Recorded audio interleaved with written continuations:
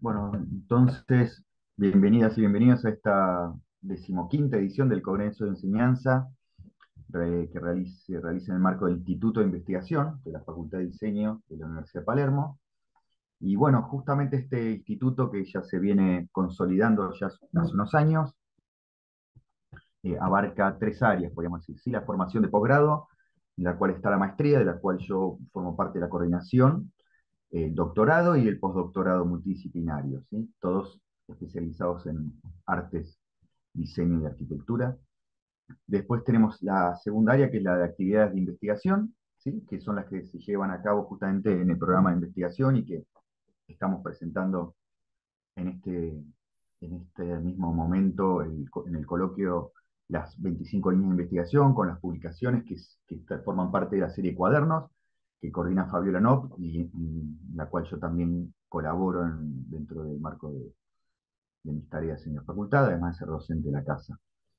Y también, por último, las actividades de difusión y proyección, que justamente está este congreso, la red de investigadores en diseño que están invitados a formar parte cuando gusten, si es que aún no lo han hecho. En síntesis, bueno, desde muchas aristas y actividades, el Instituto de Investigación ofrecemos capacitación en posgrado, como ya les comenté, los posgrados, o sea, están abiertas las puertas para ustedes participar en estos posgrados. En las publicaciones, por supuesto, fundamentalmente la de cuadernos, que es donde se nuclean todas las líneas de investigación. Y bueno, por supuesto, en este espacio que hoy compartimos, en la red de investigadores. Y por último, el Congreso, que bueno, que tiene este espacio de difusión, como les digo. En este marco, entonces, vamos a dar inicio a esta comisión. Son 10 expositores o grupos de exposiciones, ¿sí? Presentaciones, con lo cual tienen alrededor de 10 minutos para poder presentarlos, ¿de acuerdo? Seguimos el orden que les compartí en el chat, que es el mismo orden que tenían en el PDF si se los enviaron desde la coordinación. Así que, sin más, así no les quito tiempo a ustedes, que son los protagonistas y las protagonistas, arrancamos entonces con la primera expositora, que es Tania, ¿sí? Ah, Es perdón, una correcto. cosita más, antes que empiece Tania, para todas y todos los que siguen, tengan ahí en punta sus presentaciones si es que van a compartir alguna para no estar demorándonos en eso. Gracias. Adelante, Tania. Bueno, buenas tardes. Muchas gracias por la invitación. Entonces voy a compartirles pantalla. ¿Me escuchan bien? Vale, perfecto. Bueno, buenas tardes a todos. Mi nombre es Tania Usecho. Yo soy artista plástica y diseñadora de modas y pertenezco al cuerpo docente de la Corporación Unificada Nacional Bogotá. La ponencia que les vengo a presentar hoy se llama Paisajes tejidos y entretejidos. Es una propuesta de obra creación transdisciplinar entre las artes plásticas y el diseño de modas. La obra es un libro de artista en el que se cruza el tejido, la escritura y el paisaje en un contexto de territorio en conflicto. De ahí que el tejido es una metáfora para mencionar tensiones entre los uniformes militares de las Fuerzas Armadas en Colombia como dispositivo simbólico y su relación con el territorio físico en el cual pues, se ha desenvuelto este conflicto bélico.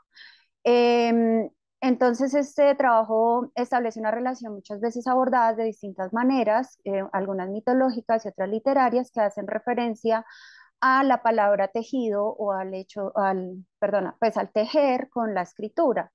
El tejer proviene del latín texer, que traduce, según la RAE, pues formar el telar, la tela con la trama y la urdimbre. La palabra texto proviene del latín textus, que propiamente también significa trama o tejido, de allí que ambas palabras tengan un ancestro común y se requiera un tejido o un conjunto de letras entrecruzadas para formar un texto.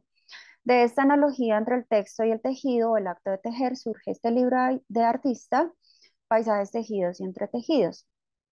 A esta analogía entonces se sumó el hecho de que un día encontré estas imágenes en internet de diferentes uniformes militares en el mundo. Entonces, pese a que uno creería que el uniforme sería un elemento como común a todos, pues todos son completamente diferentes y que además pues me llamó la atención como esa disposición del uniforme militar y el paisaje de donde provenían, digamos el territorio geográfico del cual se extraen dichos patrones. Desde allí empecé entonces a estudiar la relación del paisaje y los uniformes militares en Colombia, puntualmente desde el año 1985.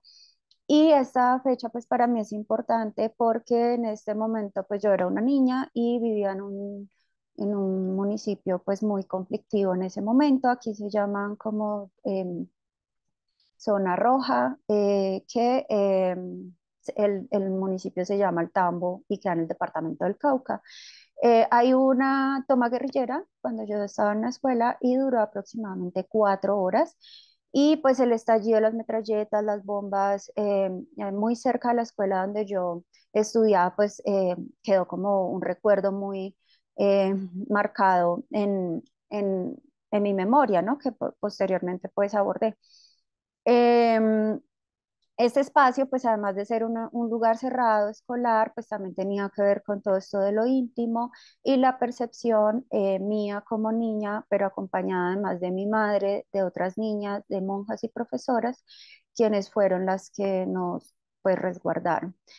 Entonces, este libro de otra manera es una forma de exteriorizar este recuerdo y una necesidad de reescritura o de volver pues como a ese mm, momento para tratar un poco cómo de entenderlo. Este estudio entonces inició con la caracterización o con pues búsqueda de información acerca de cuáles eran los uniformes que hicieron parte de este lapso de tiempo para establecer la relación entre estos y el territorio del cual emergieron, conformado pues por el territorio entendido como un espacio físico, pero además un espacio con animales, con plantas que han sido asumidos como recurso y que fundan o consolidan la disputa y el control de una idea de nación. El primero de ellos fue entonces el uniforme tipo tigrillo, que tuvo una vigencia desde el año 1968 al 92. Este uniforme toma las rosetas perdón, de 1968 a 1992. Este uniforme toma las rosetas que conforman la piel del animal y lo camuflan con el entorno. En nuestro país hay hallazgos arqueológicos que han mostrado que este felino han sido valorados pues de una manera muy significativa por comunidades indígenas, campesinas, que además de sus cualidades miméticas exaltan sus colmillos, garras, el sigilo con el que cazan como cualidades distintivas y aún hacen parte de los considerados animales mágicos religiosos o de poder o guardianes del territorio.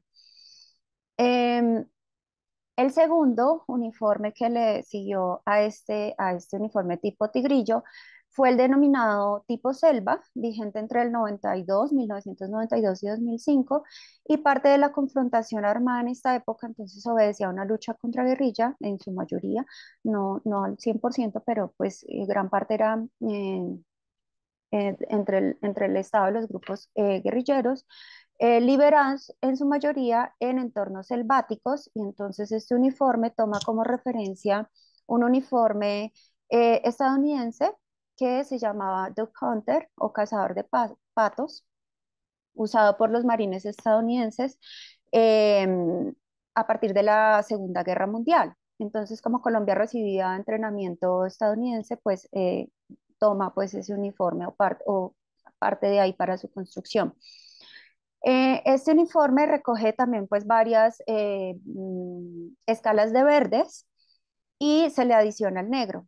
Y el recrudecimiento del conflicto en ese momento condujo también no solamente a que, eh, digamos, como que el espacio físico, eh, digamos, en los uniformes estuviesen relacionados con el espacio físico, sino que también el espacio físico en sí mismo o su arquitectura fue siendo, digamos, modificado de forma en que muchos lugares muy rojos se tiñeran como de color verde o se protegieran con costales llenos de arena, como estrategia mimética de las bases militares, pero también como contención frente a los frecuentes combates. Eh, Entre el 2001 y 2002 se presentó el momento más álgido del conflicto en el país y el más mortífero, ¿no? Como esa fue los 2 años como más mortíferos. Entonces los conflictos eran en su mayoría en zonas Comprendo. boscosos, Entonces, pero, estoy ocupada ahora. ¿Cómo va a ser la cuarentena? perdón, ay, pero ya. Pero también pues estaban muy cerca las cabeceras municipales y pues por eso las escuelas y las casas pues estaban ahí como en medio de los combates. Este es el tercer cambio que ocurre entre el 2005 y el 2022, que cambia en forma y tamaño. Entonces, se reduce la escala del uniforme, de los uniformes que lo antecedieron, se reduce la escala en los patrones de color y toma el píxel como forma, pues el píxel como forma de simplificar, eh, digamos, la proporción del tamaño que antes era redondeada, ¿no? Esto es cuadrada. Extrae entonces y simplifica los colores predominantes de los entornos boscosos del país, mediados por la simplificación y estandarización de datos provenientes del mundo digital. Y por último, em, bueno, les estoy mostrando parte de las imágenes que van al interior del libro, son acuarelas. Por último está este uniforme que se llama eh, tipo pixelado, ay, perdón, Camaleón Bicentenario, que es el último que se elabora en el 2022 y retoma el camaleón, un animal muy colorido que se caracteriza porque su piel escamada cambia de color según la proximidad o la amenaza o los cambios de temperatura ambiente, lo cual lo hacen altamente mimético. La consolidación de este patrón muestra que su proceso de diseño y elaboración textil exigió o exige un grado cada vez más alto de dificultad y la tecnología se introduce en el campo de batalla, a la par que se incorpora en instrumentos tecnológicos para su diseño y producción. La elaboración de la tela de la base adopta la pequeña retícula colorida de forma hexagonal que proviene de las miles de escamas del reptil y el proceso de diseño estuvo basado en la exploración de más de 1.100 fotografías en donde se analizaron cerca de 37 millones de píxeles y más de 1 millón de colores para su elaboración. Entonces, pues a partir de todo eso, pues si ustedes notan, los uniformes tienen o provienen de nombres de animales o de espacios geográficos específicos, de animales simbólicos.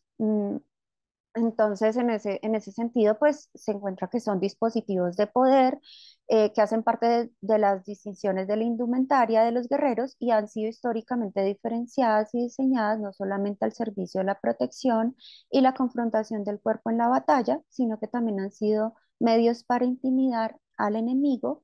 Los uniformes actuales fueron heredados de, de los reyes, que eran los dirigentes absolutos de los cuales dependían las decisiones de los imperios, entre ellos la conquista de territorios, y de ahí que guarda también estrictas clasificaciones y control social que provienen de la aristocracia o anarquía frente a estos, ¿no? Y también juega un papel importante en la demostración de poder. Entre los colores asociados antiguamente pues estaba el rojo, el negro, el blanco, porque eran colores muy difíciles de extraer, pero a partir de la Segunda Guerra Mundial esto empieza a cambiar, ¿no? Primera y Segunda Guerra Mundial. En Colombia es un indumento altamente codificado y jerárquicamente estratificado. Clasifica a los guerreros según sus logros, roles y estatus de importancia en el grupo. Y el conflicto armado en el territorio ha sido el aglutinante para diseñar y crear piezas funcionales de indumentaria que permiten camuflarse a los soldados con el territorio en el que operan a través del uso de colores, formas, materiales, patrones textiles e insignias reguladas y estratificadas. De ahí que les da a las tropas un sentido de comunión a la par de que en el exterior pues exteriorizan un poder simbólico. Eh, Bueno, cuando en un territorio se libra un conflicto, cada actor de la disputa, incluyendo la población civil, participa de un espacio físico de forma determinada. La circulación en él entonces comienza a ser regulada, controlada y mucho más la posibilidad de contemplación y creación subjetiva del paisaje. También se restringe el punto de vista desde el cual se participa del paisaje. Además, ese ejercicio de control se agudiza el lugar marginal de las mujeres en medio de toda esta disputa, de la aparente exclusión de las mujeres del paisaje exterior donde se libran los conflictos, radica la falta de revisión del impacto del conflicto en la esfera de lo íntimo, la vulnerabilidad de las mujeres y su dominio por parte de diversos actores. Su dominación fue y sigue siendo una forma reiterativa de romper los vínculos comunitarios, la familia y los vínculos cercanos que se han construido con el territorio. Desde el interior de las casas, las mujeres hemos sido testigas eh, de ese control que se ha ejercido en el territorio. De allí, pues, que los uniformes militares de los distintos actores sean considerados como distintivos de poder dentro de las dinámicas de dominación, pues reitero, diferenciadas para las mujeres.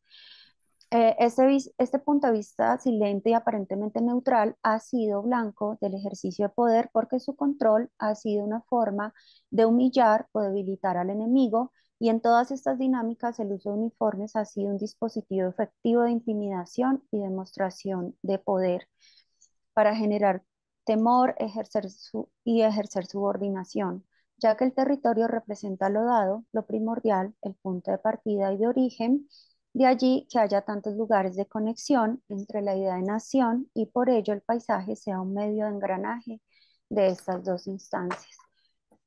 Esta es un poco como la parte, digamos, como de montaje de la obra, digamos que tenía esa parte pequeña Ok. del libro, más estos tejidos. Y con esto termino. Bueno, muy bien, Muchísimas gracias, gracias. Tani. Muchas gracias. Vale. Bueno, seguimos con Inés Barbosa y les recuerdo que tienen 10 minutitos para presentar, por favor. Así llegan todas y todos. Inés Barbosa, ¿estás por allí? No sé si tiene los permisos. Está Ale Guardia ahí. Buenas tardes, sí, aquí estoy, voy a compartir. Muy ¿Te anda la bien. cámara, Inés? Sí, señor. Ah, perdón, comparto y ya prendo cámara. Y después se va preparando Dani Barra con la presentación. Gracias. A ver. ¿Estás compartiendo desde el teléfono, Inés? Sí, señor. Ah, Sí, señor. se ve muy pequeñito. Bueno, Ah, adelante. bueno, es que sí, tuve inconvenientes con el computador, pero bueno. Mi nombre es Jimena Barbosa, soy diseñadora de la Universidad Jorge Tadeo de Lozano y en este momento estoy vinculada con la Universidad Autónoma en calidad de docente de tiempo completo y coordinadora de investigaciones de la misma universidad. El nombre del proyecto, de la pequeña presentación que les quiero compartir hoy, se denomina un abordaje desde el diseño de los saberes propios de comunidades indígenas. Esta presentación surge de una investigación finalizada que se hizo en conjunto con otros dos profesionales, una diseñadora textil y otro diseñador gráfico, en los cuales el desarrollo de este proyecto se basó a partir de los tejidos ancestrales tomados desde dos perspectivas diferentes, pero con un común denominador en los mismos en términos de los tejidos.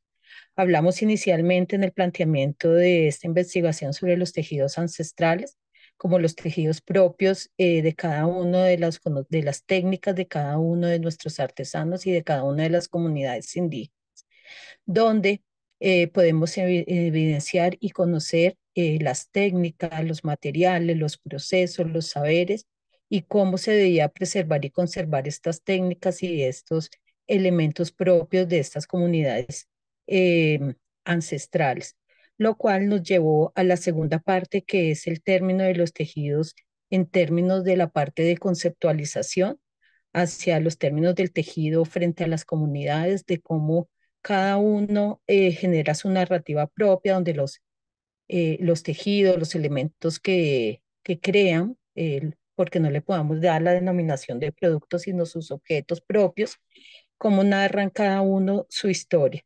Y a partir de esto, entonces, ahora sí abordamos a eso y encontramos que a partir de todos estos saberes propios y preservación de estas técnicas, de estas comunidades y de esta población específica, encontramos que nosotros abordamos uno, dos, tres, cuatro, cinco, seis espacios a partir de este análisis donde logramos que determinamos la caracterización de las poblaciones, la comunidad, el conocimiento propio y encontramos que uno, se hizo el análisis y la caracterización y la tipología de las comunidades indígenas.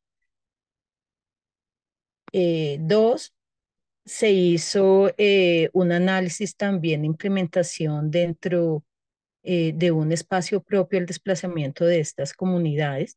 Por ejemplo, ya no solamente hablábamos de los objetos que producen estas comunidades indígenas, sino cómo a través de la apropiación de estos elementos podíamos generar espacios propios. En este caso, el segundo fue creación de espacios para poblaciones que sufrieron algún tipo fueron vulnerables después de un post-conflicto. En este caso se habla también de inclusión, por ejemplo, de las personas que pertenecieron a la guerrilla, se les generó un espacio para que pudieran aprender estas técnicas, crear sus propios espacios, hablar de pequeña creación de empresa y pudiera pues ofrecer tener un espacio de intervención, de creación de empresa y tener un modo de vivir frente a su nueva espacio en el que se debían desarrollar. Otro espacio que se desarrolló fue las pores, que ahorita ponemos aquí, pongo el último texto que está aquí, la última frase, nace porque es a través también de las madres cabezas de hogar, pues aquellas personas que no tienen las mismas condiciones, entonces también se generaron talleres que pudieran trabajar a partir del conocimiento de estas técnicas y la formulación de nuevos productos dentro de las posibilidades propias de ellos, ¿no? Preservando, conociendo la técnica y creando nuevos productos con pequeños artefactos que permitieran generar elementos de pequeña escala y poder venderlos. El sexto espacio que también tuvo un gran impacto fue la capacitación y la implementación de pequeñas empresas a los comerciantes en una zona que aquí en Bogotá se denomina San Victorino, donde ellos de manera intuitiva y de la experiencia y la experiencia propia de vender y producir eh, sus prendas, tenían solamente los espacios donde los exhibían con sus góndolas y exhibidores que normalmente se conocen, pero lo que se hizo fue darles una caracterización, una identidad y permitirle que generaran y plasmaran y conformaran realmente las pequeñas empresas. Y también se dio un lanzamiento en términos de reconocimiento de estos comerciantes a partir de desfiles. Y sexto, que es lo que está aquí, donde está denominado la caracterización de preconfiguración a partir de la apropiación cultural para la generación de respuestas formales del diseño industrial, es el último espacio de intervención que vimos que tenía importancia frente a una investigación aplicada en el aula. Nosotros somos docentes de diseño industrial, entonces les brindamos las herramientas a los estudiantes en términos que conocieran los referentes, todas las partes de las características, que hicieran la investigación de las comunidades indígenas, los tejidos ancestrales, y a partir de esos referentes se apropiaran de ellos, los transformaran y co-crearan en términos de producto elementos a partir de los tejidos ancestrales. En este momento no muestro las respuestas formales de los estudiantes, son 8 que ellos se encuentran participando de manera colectiva en un concurso, entonces pues una de las condiciones es que no divulguen sus proyectos, pero como resultados, que es lo más cercano y que nosotros lo hemos visto porque no estamos haciendo nada nuevo, pero sí innovador, es que ellos, por ejemplo, crearon elementos para aportar sus alimentos, donde los elementos y sistemas de agarre fueran tejidos a partir de la técnica de alguna comunidad indígena, la apropiación y tomar toda la parte. Hay otro grupo que desarrolla toda la parte de accesorios y fusiona no solamente los elementos de estas comunidades indígenas, sino los trae para generar otros elementos que puedan fusionarse en los broches, y genera todo un juego de accesorios con una técnica en específica de una comunidad. Y esto es lo que nosotros queríamos mostrarle, esta narrativa de los objetos a partir de la apropiación de las comunidades, de las técnicas ancestrales de las comunidades indígenas. Gracias. Excelente, muchas gracias, Ximena. A ti, a ustedes. Gracias. Bueno, acuérdense que si tienen comentarios, preguntas, cosas que pueden ir volcándolas en el chat o anotándolas, y después, si nos queda un ratito para el final, hacemos una puesta en común, que sería lindo. Bueno, seguimos con la amiga ya, querida colega Daniela Barra. Hola, necesito que dejen de Sí, compartir por para yo poder favor. compartir. Ahí Gracias. está. Buenísimo, ya te comparto. A ver, ya. Perfecto.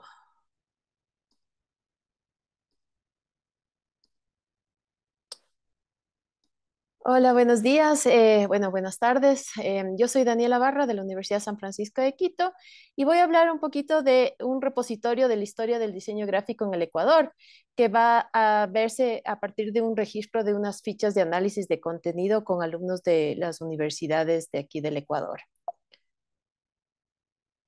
Eh, el diseño gráfico en el Ecuador en el siglo XX se ha visto influenciado por distintos artistas plásticos, y se encontró que había indigenismo, paisajismo, precolombinismo, monumentalismo, además de las influencias de las artes de las vanguardias europeas.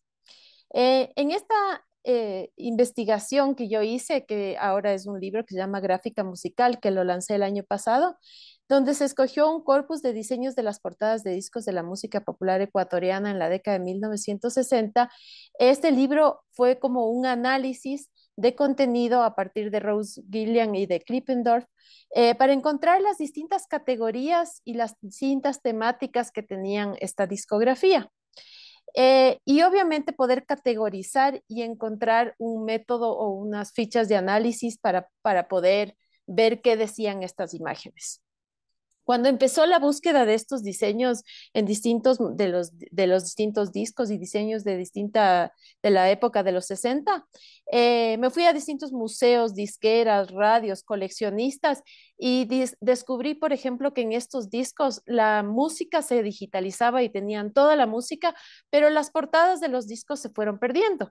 Entonces, ¿por qué? Porque eran muy grandes, no ocupaban mucho espacio, entonces decidieron como botar todo eso.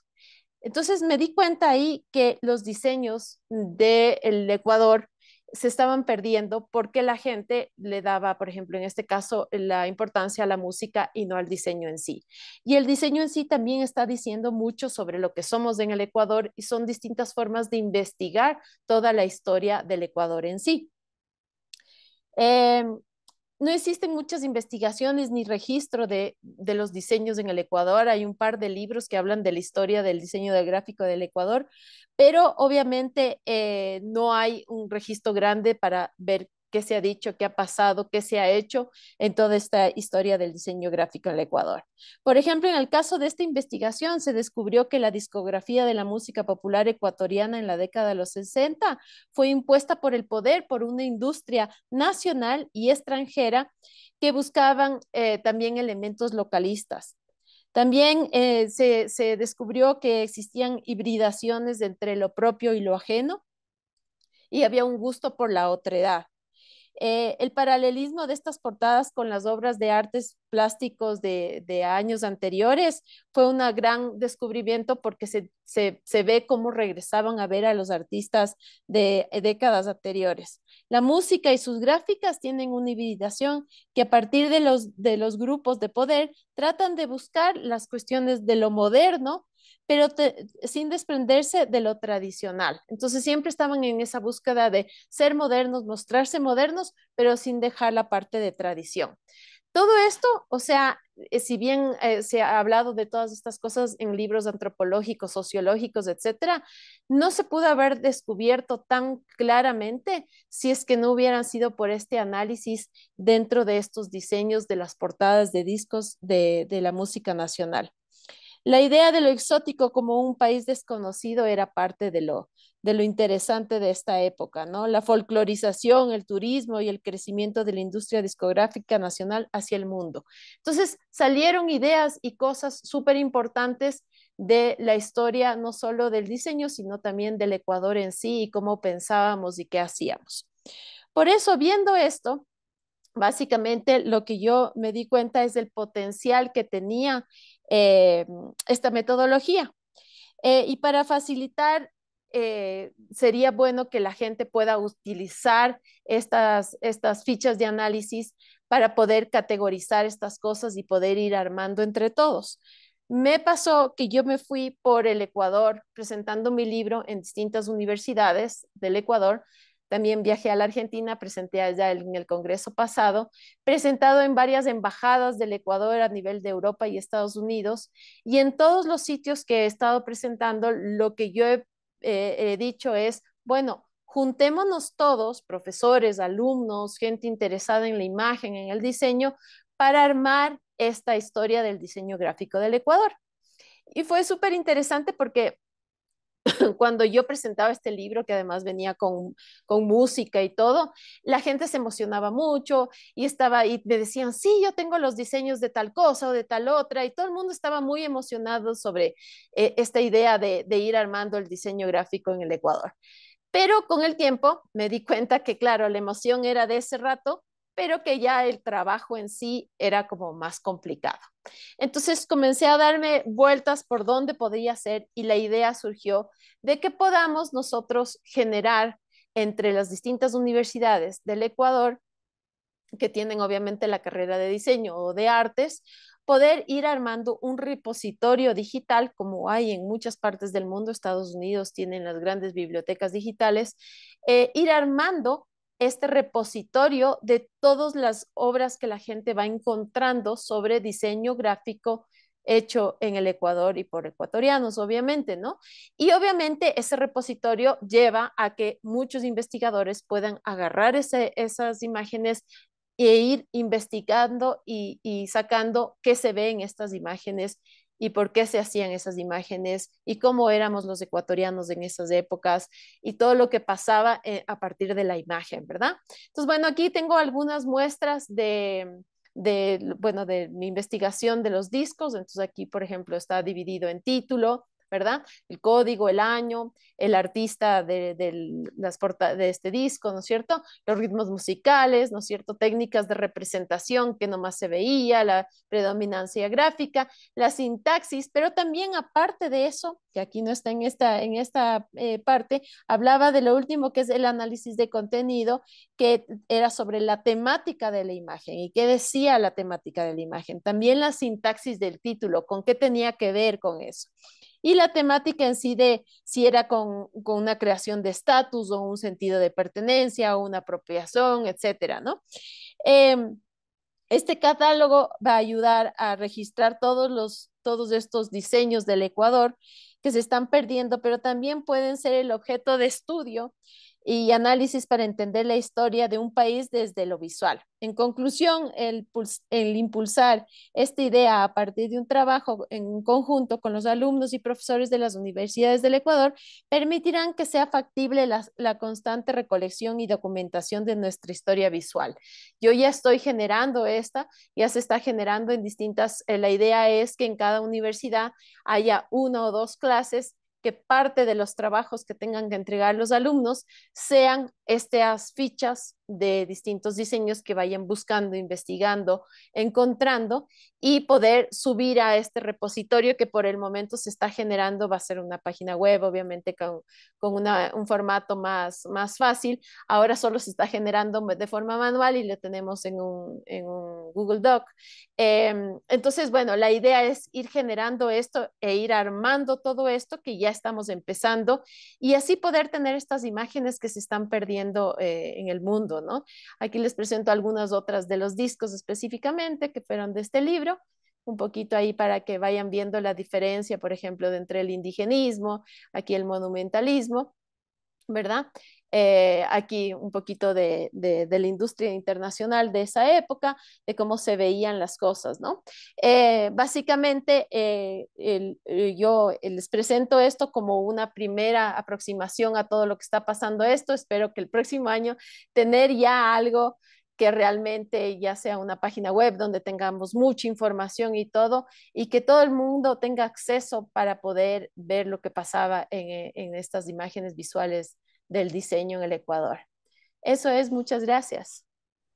Ojalá, Dani, tengamos pronto esa base. Gracias, chévere. Hay que ir buscando por las disquerías de usados de Sí, Latinoamérica estos discos, ¿eh? exacto, esos son los discos, pero imagínate que yo tengo un montón de etiquetas de principios de siglo que vino una litografía al Ecuador con mi bisabuelo y tengo las etiquetas de todos los productos ecuatorianos, tanto queserías, de cervecerías, etcétera, y eso tengo que categorizar. O sea, hay mil cosas para Me contaste. categorizar. Sí, sí, sí. Bueno, Gracias. empecemos por los discos, que de paso Sí, escuchamos sí, sí. Gracias, Alejo. Bueno, muchas gracias. Cariños a tu esposo. Bueno, seguimos con Eugenia Cardoni, Bayot, Bressan y Ravioli. Raviol, perdón. Bien, yo Bueno, voy a vos sola vas a hacer la presentar. presentación. Estoy con Nelson Bressan y Federico Raviol. Mónica Bachot no pudo asistir Ok, a no, la básicamente presentación. igual, claro, aprovecho para aclarar como hay varios que son en grupo, tengan a bien recordar que son 10 minutos del grupo, ¿no? Eso, cuando Bien, quieras. Gracias. Adelante. Ah, si lo puedes poner en modo pantalla sí, completa. Gracias. está como cargando. Ahí está. Gracias. Bien. Bueno, como les dije, buenos días a todos. Estamos muy contentos de estar en este congreso. Somos de la Facultad de Arquitectura, Diseño y Urbanismo, dependiente de la Universidad Nacional del Litoral de Argentina. Bueno, me acompañan mis colegas que también son docentes e investigadores de la Facultad de Arquitectura. Y hoy les vamos a presentar nuestro trabajo titulado El programa El Camino de la Costa, como oportunidad para abordar desde la enseñanza del diseño en FADU UNL. Este proyecto fue el resultado de una colaboración entre la Secretaría de Planificación de Obras Estratégicas y Ordenamiento Urbano de la comuna de Santa Rosa de Calchines, que es un pueblo que está a unos 40 kilómetros aproximadamente de la ciudad de Santa Fe. Esta cooperación fue crucial para abordar la intervención de manera efectiva y contextualizada para los alumnos. Bueno, nuestro trabajo, para empezar, se enmarca en el proyecto CAID, en un proyecto CAID titulado Territorios Creativos, Oportunidades de Aprendizaje, Diseño, Arte y Tecnología para un Desarrollo Sostenible. Esta investigación explora la relación entre la arquitectura, el urbanismo, la naturaleza y la identidad regional, proponiendo una metodología pedagógica para integrar aspectos tanto socioculturales como geográficos en el diseño urbano. Este estudio del que vamos a conversar en esta instancia se realizó en el paraje Los Zapallos, que también depende de la comuna de Santa Rosa, que es una región costera de la ciudad de Santa Fe, de la provincia de Santa Fe, rica en biodiversidad y patrimonio cultural. Este contexto presentó oportunidades y desafíos para la intervención. La ubicación se da en una ruta turística emergente de la provincia y un entorno natural único hacen que el paraje sea un lugar ideal para proyectos de diseño urbano, digamos, que promuevan el desarrollo sostenible de las localidades.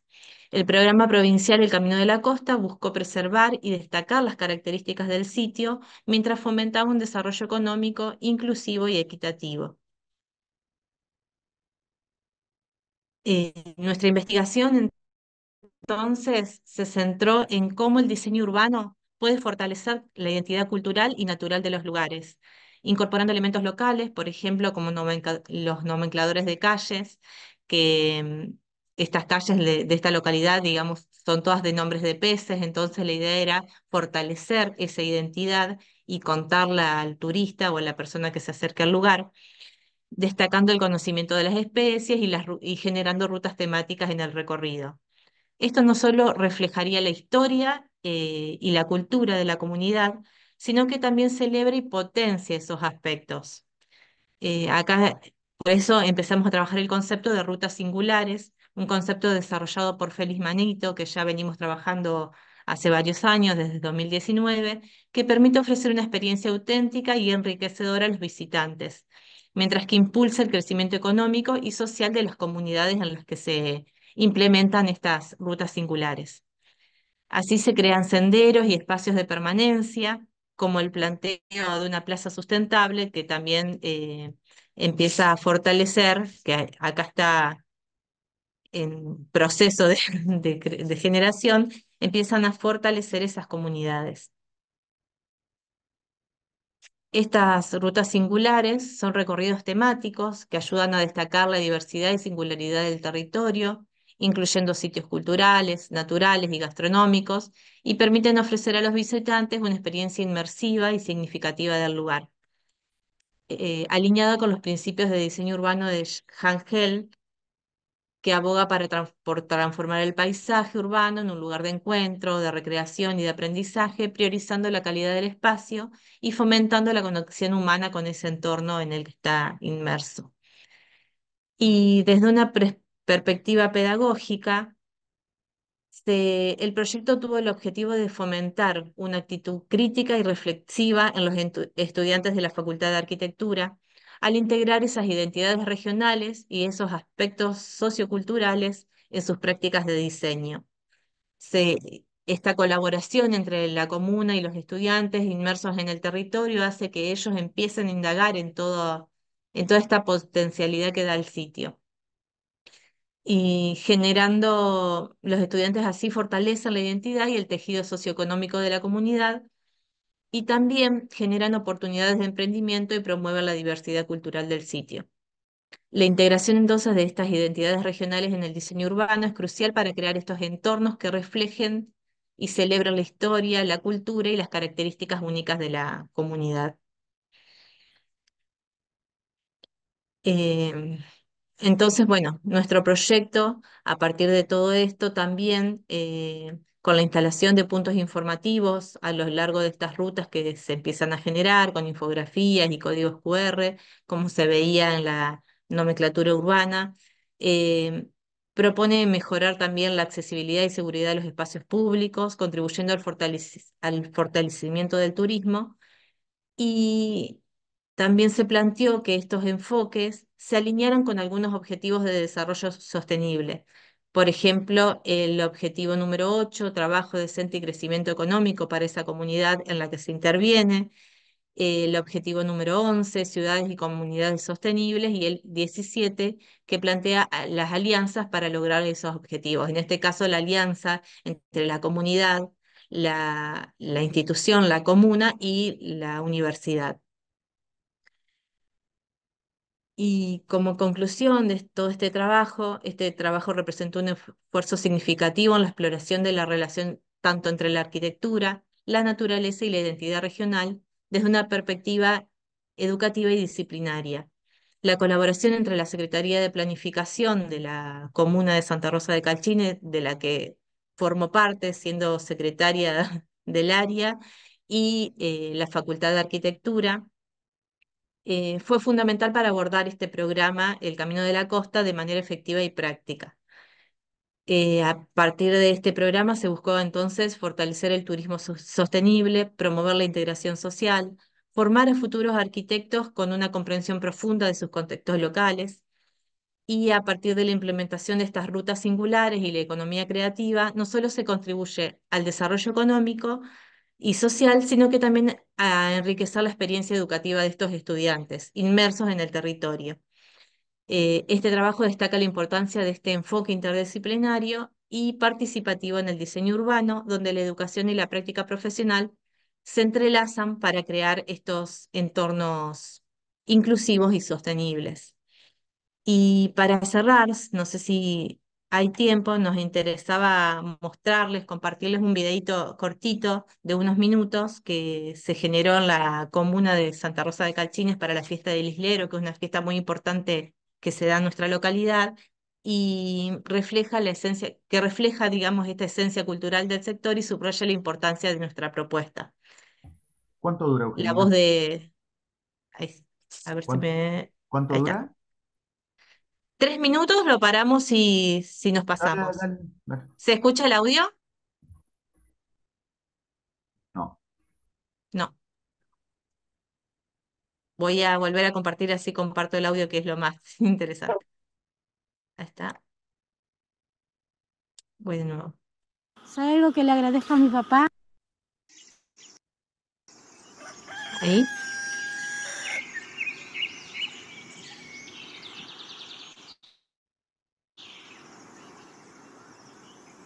Para mí es un orgullo. ¿Sabe algo que le agradezco a mi papá, que ya falleció? El haberme enseñado este oficio. Y lo amo hacer.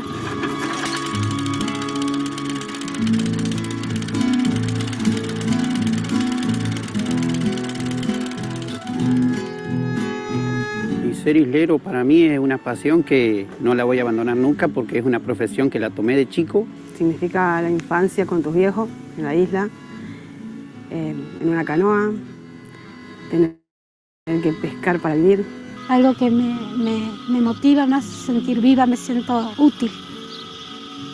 Y es lo que yo le doy a mis hijos. Y la isla fue mi vida.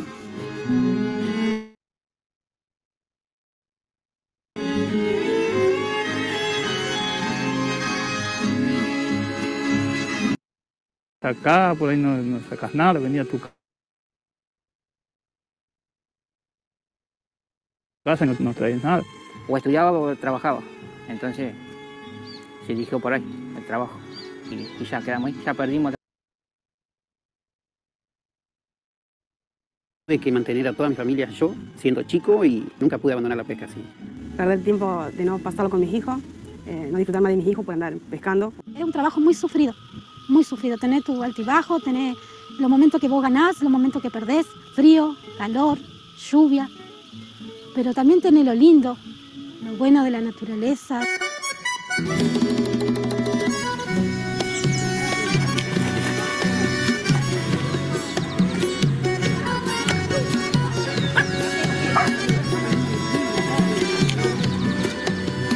La isla tiene una tranquilidad, tiene una paz tremenda. Lo único que escuchás son los pájaros.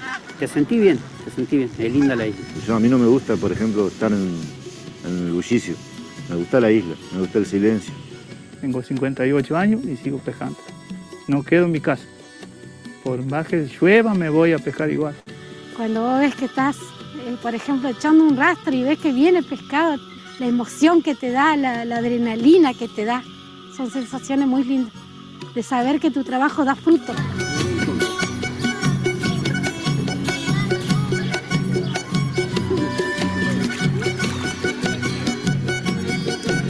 Y bueno, mi tarea es ayudarle a alargarle las mallas, por ejemplo, lavar la canoa, destripar el pescado. Sí, un surubí de 49,5 kilos. No lo podía alzar a la canoa. Ser islera que islero, no es lo mismo.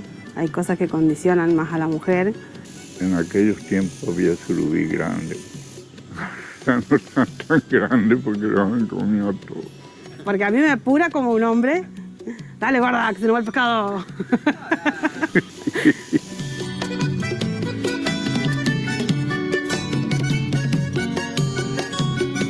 Me gusta la isla y no la voy a abandonar nunca, por lo menos. La pesca nomás, porque es lo que amamos y seguimos. Y lo más lindo que me ha pasado en la vida, la isla. Bueno, eso me parece importante como para terminar de dar el marco y para que se entienda el lugar en el que estamos implantados y entender esto, que la voz de la comunidad es esencial para entender el impacto cultural y social de nuestro trabajo, reafirmando la necesidad de este enfoque inclusivo y respetuoso con el diseño. Bueno, Bueno, muchas gracias. lamentablemente en el medio se me apagó la computadora, así que mucho no pude apreciar, me quedé con las ganas. Bueno, seguimos en el orden con Sara Gutiérrez Rondón, ¿puede ser? ¿Estás por allí? Sí, Sara Gutiérrez. A ver si te escucha, Sara. ¿Sí me escuchan bien? Un bajito. Si puedes subir un poquito el volumen, te agradezco. Y si pueden, en la medida de lo posible, poner pantalla completa, mejor así. ¿Sí me escuchan bien? Ahí va, adelante. Listo. Bueno, mi nombre es Sara Gutiérrez, soy diseñadora industrial y trabajo actualmente como docente investigadora en la Universidad de Investigación y Desarrollo. Les voy a hablar sobre un proyecto que realizamos el semestre pasado, llamado Mobiliario para la Reconexión Social en el Parque El Lago Florida Blanca. Entonces, como un poco de contexto, desde el programa de diseño industrial y el grupo de investigación 3D, creación de diseño industrial de acá de la Universidad de Investigación y Desarrollo, semestre a semestre se hace una muestra de lo que realizan, los trabajos que realizan durante 3, 4 meses los estudiantes, a la cual llamamos Salón Abierto de Diseño. Y también se coloca un tema semestre a semestre, van variando el tema. El semestre pasado se planteó como un problema, un abordaje que trata de que en un mundo cada vez más fragmentado, el diseño tiene el poder de unirnos. Y para el 22º Salón Abierto de Diseño Industrial, se propuso explorar cómo el diseño para la convivencia podía implementarse como una herramienta para construir espacios públicos que fomentaran la interacción social a través de un caso de estudio del Parque El Lago en Florida Blanca, Santander. Entonces, particularmente, desde febrero se empezó a trabajar en este proyecto y se realizó una asignación por talleres. A mí me correspondía dirigir el semestre pasado el taller de diseño básico, los chicos que entran nuevos al programa, y se le asignó como la sección del mobiliario de la propuesta del parque. Entonces, a partir de ahí, yo planteé un proyecto que se llama Dimovir, que consiste en diseñar mobiliario para convivir. Entonces, como una pequeña historia del Parque El Lago, en los años 1990, era un punto de reunión y de disfrute para las familias de Florida Blanca y del área metropolitana que corresponden Bucaramanga, Girón, Piedecuesta y Florida Blanca. Contaban con carritos chocones, trencitos, lagos y diversos juegos infantiles donde pues las familias llevaban a sus hijos. ¿Qué pasa después de esto? Que se privatizó y pasó a ser parte de Acualago, un parque de atracciones acuáticas que contaba con piscinas y toboganes y pues se cobraba su entrada, porque pues ya era como o sea, entró la política a actuar en esta sección de la ciudad. Resulta que se fue a la quiebra la entidad y junto con ello, pues el parque, porque pues no estaba recibiendo los recursos que necesitaban para el sostenimiento del aseo de las piscinas, el mantenimiento de los toboganes, etcétera. Entonces, ¿qué pasa? Actualmente el parque se ve de esta forma y es un foco que llama la atención como parte de toda la comunidad debido a que hay interferencia en el audio. No, pero es porque te lo acercás demasiado a la boca el micrófono y lo estás tocando, debe ser por eso nomás. Ah, ok. Entonces voy a tratar como de mantenerlo así. Bueno, entonces, ¿qué sucede? Que actualmente estamos en alerta naranja en Santander por dengue y se está revisando si también esto y la condición del parque tiene algún impacto en esa problemática que se ha venido presentando, porque pues hay aguas acumuladas por fuertes lluvias que se han presentado también últimamente. Entonces, partiendo de esta problemática, en la propuesta del proyecto del curso, se abordó desde la metodología de Lovac, mostrada en su libro Diseño Industrial, Bases para la configuración de los productos industriales, y se siguió una metodología de 4 pasos, que el primero fue descubrir el problema, el segundo la recolección y valoración de la información, posteriormente el desarrollo de soluciones y finalmente la realización de la solución. Entonces, esto empieza con el descubrimiento del problema, más o menos lo que yo les he contextualizado hasta ahora.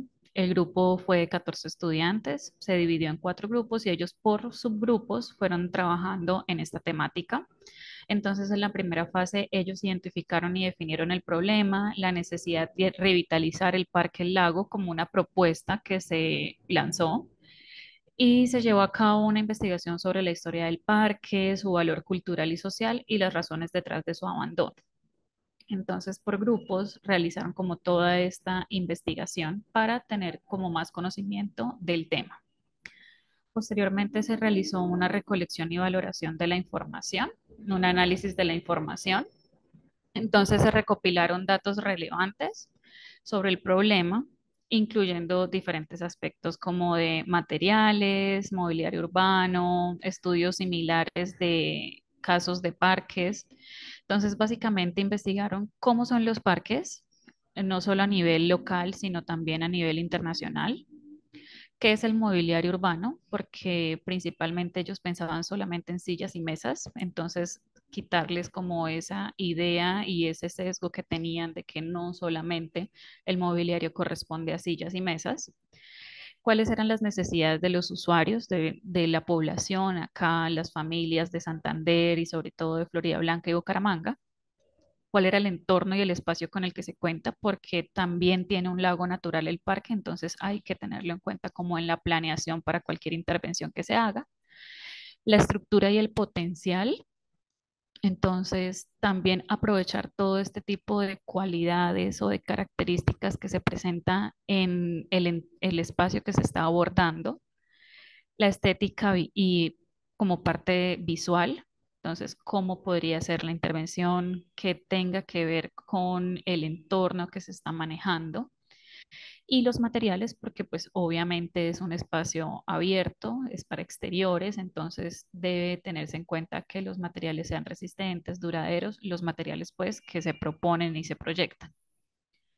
Posteriormente realizaron un desarrollo de soluciones, entonces cada grupo realizó por participante 3 propuestas, entonces un grupo de 3 pues contaba con 9 propuestas, las cuales iban eh, puliendo y eligiendo cuáles eran como las mejores alternativas para finalmente presentar una propuesta por grupo, lo que podemos ver acá en la imagen.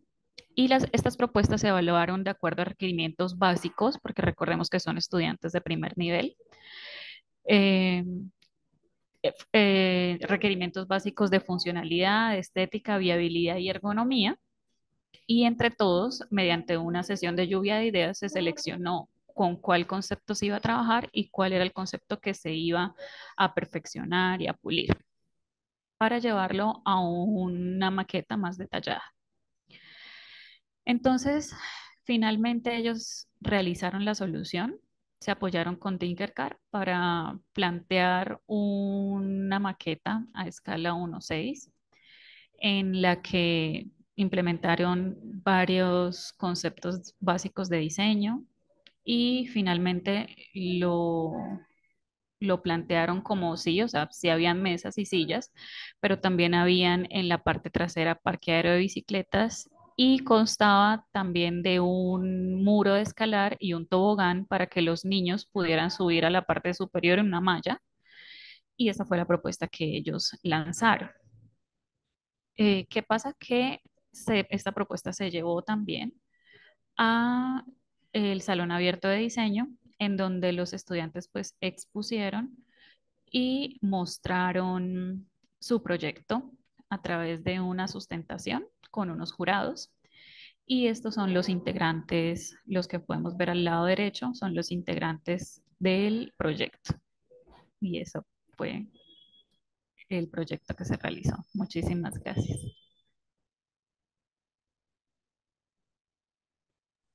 Bueno, muchas gracias, Sara. Continuamos sin perder mucho tiempo con Bruna Márquez y Nayara, por favor. Pronto, vou compartilhar.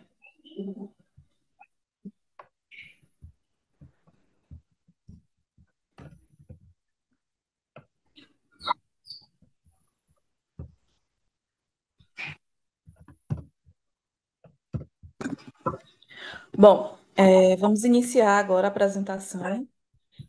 Nossa apresentação a gente vai falar em português, tá? É, Somos da Universidade Federal de Alagoas. Meu nome é Bruna Marques de Oliveira, sou professora e participo do grupo de pesquisa Chafurdos da Moda, tá? Lá me chamo.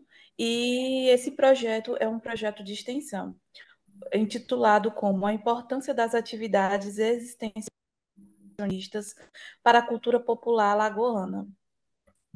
Bom, dividimos o nosso trabalho da seguinte forma. Vamos introduzir a perspectiva do que é o nosso projeto e como ele está se desenvolvendo, justificativa, objetivos, desenvolvimento e conclusão, tá? Esse projeto, ele vai narrar o processo de implementação, principalmente da fase inicial da promoção, né, da cultura popular, destacando os grupos de folguedos do estado de Alagoas. Para identificar esses grupos, a gente fez um levantamento em cada região aqui do Brasil, principalmente no Nordeste, a gente tem um quantitativo muito grande de grupos folclóricos e folguedos relacionados à cultura escrava, à cultura indígena, quilombola e religiosa, principalmente. E aqui, especificamente em Alagoas, a gente tem cerca de mais de 10 tipos de folguedos. E aí, para a pesquisa da gente, a gente identificou 4 grupos que vão trabalhar com essa perspectiva da originalidade. Bom, como justificativa dessa nossa pesquisa, o trabalho ele propõe se conduzir a uma investigação inicial sobre esses grupos que eu citei para vocês. Esse trabalho ele é bem mais complexo, ele está bem na fase inicial e nesse momento a gente basicamente está nesse momento a gente está basicamente tratando uma pesquisa bibliográfica, entrevistas, para depois criar um figurino específico para eles, com as particularidades que eles desejam, e após isso a gente vai transformar esses figurinos, vamos costurar, e após essa etapa a gente vai apresentar em festas, festejos populares aqui do estado. Bom, a metodologia que a gente vai utilizar na pesquisa é a pesquisa oral, através das entrevistas. Vão ser entrevistados os mestres que são responsáveis por esses grupos. E aí, como pesquisa bibliográfica, a gente vai trabalhar com alguns autores que discutem sobre a questão da manifestação cultural, principalmente na região do sertão alagoano. A gente vai trabalhar elementos históricos e culturais a respeito da presença de alguns folguetos, principalmente o Bumba Meu Boi, e, além disso, a gente vai falar do papel da mulher como mestre para poder desenvolver esses grupos. Então, assim, é uma pesquisa bem complexa que a gente ainda está no início. Bom, o objetivo geral da nossa pesquisa, basicamente, é descrever o processo de implementação desse projeto, e aí, basicamente, analisando esses grupos que a gente identificou, que veio até nós, né, para poder resgatar essa perspectiva da cultura originária, né, que muitas vezes, com o tempo, né, vem se perdendo. E é uma perspectiva que vai muito de geração para geração. Os avós vão passando para os filhos, os filhos vão passando para os netos, e assim tem toda essa cultura dentro desses folguedos. Como objetivo específico da nossa pesquisa, a gente mapeou os grupos atuantes que trabalham com elementos originários. Então, assim, hoje, boa parte dos grupos, para poderem sobreviver e participarem dos concursos, eles se modernizaram. Então, eles trazem elementos para dentro do seu folguedo, elementos que fogem da originalidade. E a gente quer resgatar, quer trazer isso de volta. Bom, o nosso segundo objetivo específico é identificar as características do boi alagoano, o coco de roda, as baianas e o pastoril, destacando suas origens, elementos culturais e expressão artísticas. E, sobretudo, respeitar essa perspectiva, né, deles. E, por fim, a gente analisa o contexto histórico-cultural que influenciou o desenvolvimento e a preservação dos grupos folclóricos aqui em Alagoas. Então, basicamente, o nosso trabalho ele vai partir dessa pesquisa para poder encontrar elementos, criar figurinos, desenvolver esses figurinos e depois proporcionar a esses grupos essa experiência da criação de um figurino e sempre levando em consideração a questão da originalidade. Bom, agora eu passo a palavra para a minha colega Najara. Fica à vontade, Ná. Boa tarde. Estão me ouvindo? Estão me ouvindo? Eu estou escutando, Ná. Pode falar. Boa tarde. Meu nome é Najara Souza. Eu faço parte do grupo de extensão do Lab Chamo e Fashion Lab da Escola Técnica de Artes, UFAL. E eu vou dar continuidade à apresentação. Esses são grupos atuantes da cultura popular alagoana que buscam resgate originário. Primeiro, tem o bubá alagoano, que é um boi, como a Bruna falou, ele está perdendo um pouco da sua identidade e perdendo também personagens fundamentais para que a história, para que desse folclore. E também tem o coco de roda, que é da Zéza do Coco. Ela é a representante e ela também é um patrimônio vivo daqui do nosso estado, de Maceió, Alagoas. Pode passar. Temos as Baianas de Santa Luzia, que é um grupo formado por senhoras, e dentro desse grupo, basicamente, é formado por pessoas da mesma família que vai passando de geração em geração. A mesma coisa ocorre com o outro folguedo, o pastoril, que esse em específico, o nome dele é Pastoril Estrela de Belém. E ele já está há quase 18 anos, e é um grupo formado por senhoras. Hoje, dentro desse grupo, tem senhoras de mais de 80 anos ainda atuantes, e também é um grupo que vai passando de geração em geração. Pode passar, por favor. Eu vou falar um pouquinho sobre o bumbá alagoano. Ele é representado pelo mestre Everton Vieira. A principal característica do boi é que eles contam uma história teatral, e eles usam muito, ele faz uma junção da sátira, do humor, do drama e da tragédia.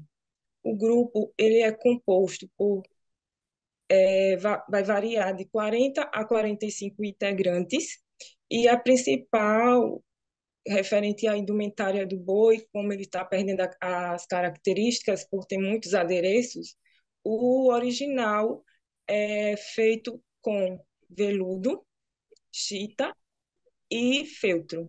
Pode passar, por gentileza. A Zeza do Coco, o coco de rodas, que é representado pela mestra Zeza do Coco, a principal característica dele é que ele traz referências da cultura indígena e africana, e também ele vai acompanhando a dança, as batidas dos pés com o ritmo dos instrumentos, podendo ser ou descalço, eles dançam ou descalço, ou com tamanco de madeira. Hoje, esse grupo ele é composto por 23 pessoas. E para fazer as indumentárias, as roupas típicas desse folguedo original, aqui na foto ela está com cetim, mas o original mesmo é utilizado chita para fazer as roupas das mulheres.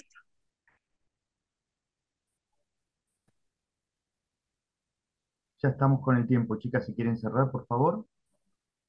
Sim. Ah? Oi. Pode falar para encerrar. Posso continuar? La conclusión, una conclusión. A conclusão. Entendi.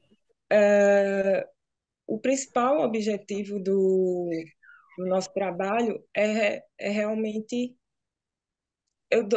Eu continuo falando sobre o pastoril ou já falo a conclusão? Não, entendi. Pode concluir. Ah, certo.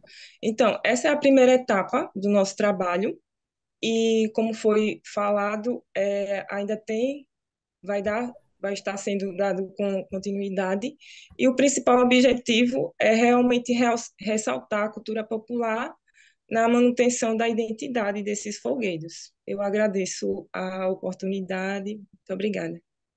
Bueno, muchas gracias. Obrigada. Tengo que cortar, pero si no, no llegamos con los expositores. Bueno, bien, seguimos entonces con Diego Fernando Márquez Casas. ¿Estás por allí? Sí. Adelante. Y mi compañera Patricia Patti. Ya. Comparto.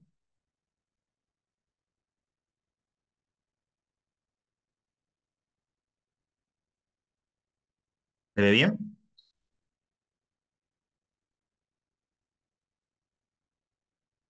¿Se está viendo?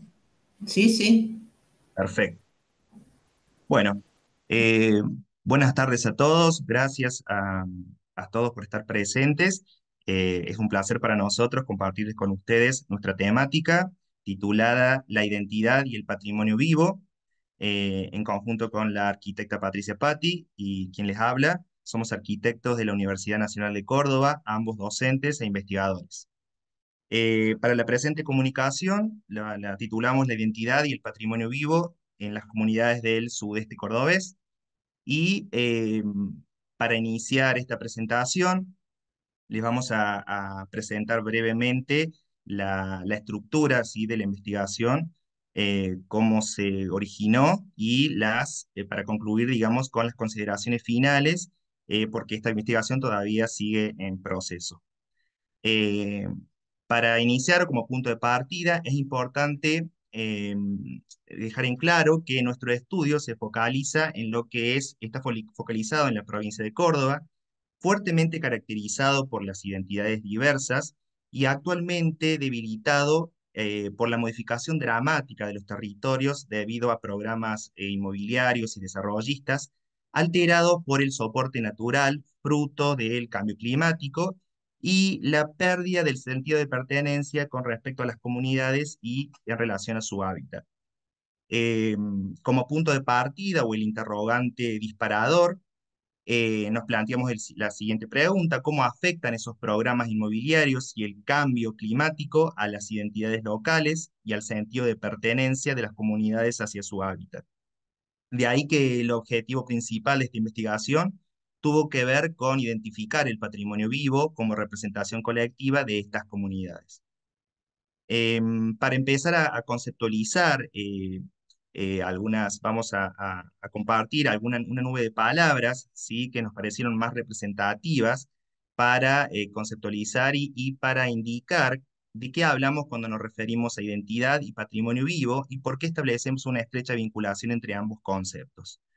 Eh, la identidad, lógicamente, afirmamos bajo esta investigación que venimos desarrollando, que se relaciona con el concepto de sistema patrimonial, permitiendo una lectura mucho más amplia, mucho más integral, mucho más holística, ¿no?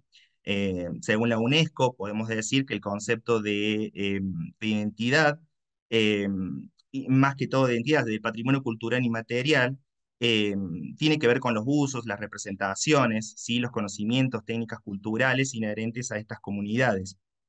En este sentido, ustedes me preguntarán cómo se relaciona justamente la identidad con esto que venimos hablando. Bueno, básicamente porque no solo entendemos la identidad como una composición física, sino también en las transformaciones que se van produciendo y que la comunidad realiza. También el reconocimiento del paso del tiempo como una situación cíclica, pero a la vez persistente. Y finalmente, entender que es un proceso continuo a través del tiempo en donde la sociedad se organiza, procesa y la dota de determinadas características, sentidos y significados. Ese aporte como una visión sistémica es lo que nosotros consideramos como un sistema patrimonial, compuesto no solamente por bienes materiales, sino también por manifestaciones inmateriales que se pueden leer en el territorio. De tal manera, de esta forma, podemos decir que la lectura es mucho más amplia, mucho más integral, ¿sí? Y que no dejamos de lado, lógicamente, los valores que tienen que ver con lo físico-espacial, con lo histórico y, lógicamente, con lo social. Con respecto a cómo es el proceso cómo es el proceso, la metodología con la que nosotros nos guiamos. Fíjense en que aparece un cuadrito en donde hemos determinado esta investigación, la hemos fragmentado en 4 partes. Primero, conocer, participar, caracterizar. Acá nos interesa justamente conocer en mayor profundidad y con datos los más objetivos posibles para poder saber de qué es lo que se pretende proteger. Nadie valora lo que no se conoce. En segundo lugar, promover esa participación, ¿sí?, entre lo que es la comunidad, está articulada entre la comunidad y los profesionales, los artífices idóneos y técnicos, ¿sí?, para luego poder planificar y programar, ¿sí?, qué se va a hacer con esos bienes. Luego, poder proponer, o a través de un control, normativas o algún tipo de ordenanza, para finalmente difundir, devolver a la comunidad, ¿sí?, de alguna manera a través de publicaciones, cursos de formación, ¿sí?, o documentales. En la diapositiva siguiente, mi compañera les va a hablar sobre los antecedentes y el actual desarrollo de esta investigación. Hola, brevemente les puedo comentar de que esta investigación mantiene un hilo conductor con otras anteriores que hemos desarrollado que siempre están en relación con la cuestión identitaria y patrimonial en la provincia de Córdoba. Iniciamos con la región norte, tomando 2 casos de estudio, Camiñaga y Brickman, y esto era más que nada para detectar los bienes patrimoniales reconocidos por la población. Luego seguimos con todo un estudio de un sector y poblaciones que están ubicadas casi todos sobre la ruta provincial 17 que pasa por debajo de la laguna de Ancenusa, que originariamente estuvieron unidas por el ferrocarril. Aquí incluimos algunos otros conceptos o aspectos como sistema territorial o paisaje cultural, entre otros, ya que la permanencia de algunos de los elementos fundacionales, así como un repertorio común que había en los distintos asentamientos, nos permitió abordar esta porción territorial como sistema, en la que conviven una serie de subsistemas dotándolo de un particular riqueza paisajística, cultural y humana. La red de estaciones de museos y la creación del Parque Nacional ha potenciado, la siguiente, Diego, el turismo y por consiguiente la economía del sector, además del sentido de pertenencia de los lugareños. Se idearon algunas propuestas de diseño para posibles intervenciones, teniendo como propósito esto de plantear estrategias que permitan preservar los rasgos de identidad que caracterizan cada lugar y su unidad como paisaje cultural para todo el sector. Publicamos un libro síntesis de esa etapa para ser entregado a municipalidades y organismos relacionados con el tema, es decir, un aporte extensionista de nuestra investigación.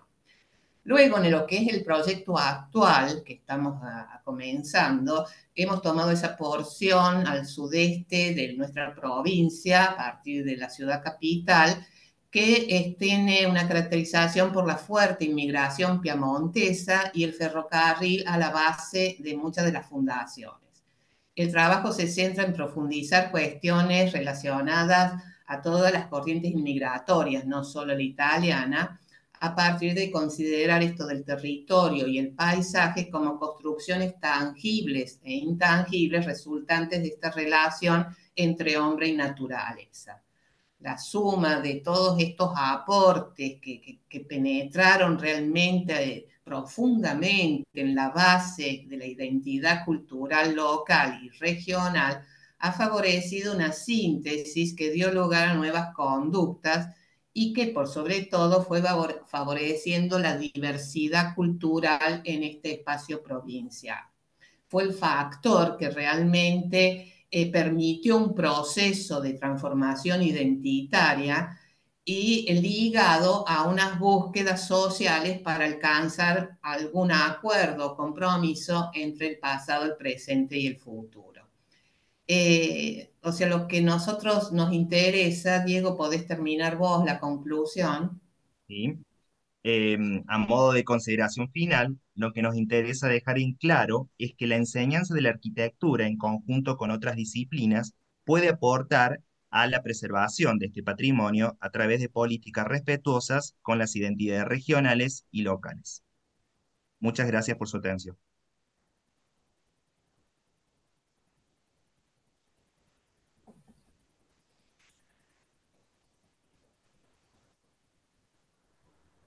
Muchísimas gracias, Patricia y Diego. Alejo ha tenido un inconveniente ahora con el internet, así que mientras tanto vamos a estar dando paso a los expositores Jimena Torres, Juliana Monroy y José Alejandro Polanco con la exposición El bestiario publicitario en Colombia. ¿Están, Jimena? Buenas tardes, sí. Buenas tardes, adelante, por favor. Bueno.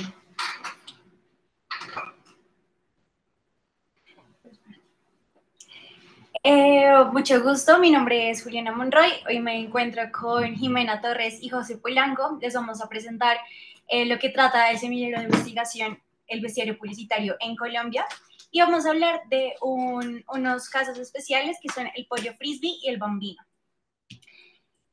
Bueno, la publicidad tiene muchas estrategias que pueden aportar para que podamos nosotros como publicistas acercarnos más a nuestros grupos objetivos, y a través de tecnologías hemos podido tener mucho más éxito y conexiones profundas.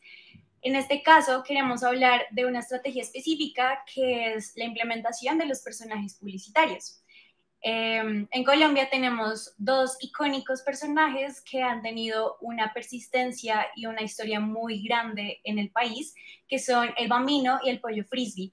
Si no son de Colombia, más adelante se los comentaré, se los presentaré. Sin embargo, por ahora, nuestro objetivo es explorar fuentes primarias y secundarias que nos permitan conocer un poco más de sus historias, de sus contextos históricos, sociales, culturales, de por qué surgieron y todas las evoluciones que han tenido hasta el día de hoy. Para lograr esto, se investigó en archivos y documentos físicos, digitales, para conocer un poco más de esta historia, pero también se recopiló información mucho más precisa a través del contacto directo con los gerentes de mercadeo, los gerentes de cada una de las empresas. Y por supuesto, está el objetivo de presentar hoy aquí con ustedes este proyecto. En nuestro marco referencial nos hemos dado cuenta que en Colombia y en general en Latinoamérica no hay un archivo que muestre y que nos identifique ciertos personajes publicitarios que son muy importantes para la historia. Sin embargo, tenemos estos de Mr. Product, que es, digamos, nuestro referente principal en donde recolectan estos personajes mediante ilustraciones, fotografías y otros archivos.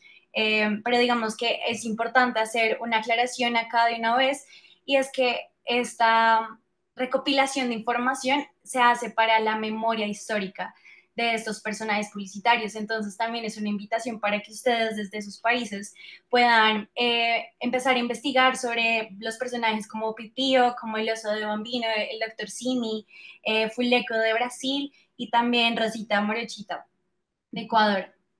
En nuestro marco teórico tenemos 4 conceptos principales que por supuesto nace desde la publicidad, desde todo este pensamiento crítico y pues la estrategia que se hace para llegar al público objetivo. El branding, pues los personajes publicitarios necesitan estar acorde y representar los valores, la estética, los colores y todo lo que tiene que ver tanto como más en la parte de marketing de una marca. Este personaje publicitario es claramente una referencia de que los personajes han logrado establecer una buena relación con sus grupos objetivos y es una forma mucho más amigable y menos agresiva como lo es la publicidad tradicional. Por último, llegamos al bestiario, en donde pues, nos remontamos a la Edad Media. Los bestiarios, para los que no conocen, acá registraban personajes fantásticos como las hadas, los dragones, los unicornios, y acá los representan. Entonces podemos llegar a un concepto final, que es el bestiario publicitario, en donde nosotros, como un semillero de investigación, queremos mostrarle al mundo la historia de los personajes publicitarios de nuestro país. Entonces, para esto hicimos una metodología cualitativa, presentamos 2 fuentes. La primera es de la recopilación de archivos, documentos y libros, y la segunda son entrevistas semiestructuradas, que ya pues vamos a hablar de eso más adelante. En nuestro análisis vamos a empezar con el pollo que ama hablar, que se llama Frisbee.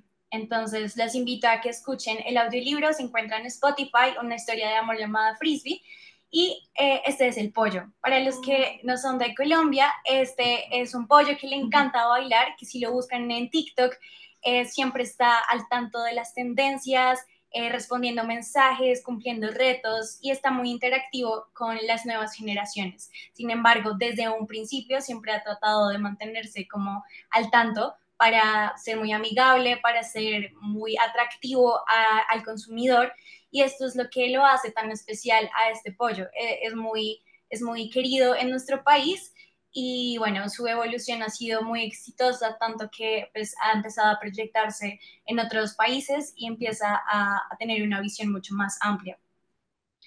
El siguiente es Deportes, Pastas y el Bambino. Este es un libro que bueno, cuenta toda la historia.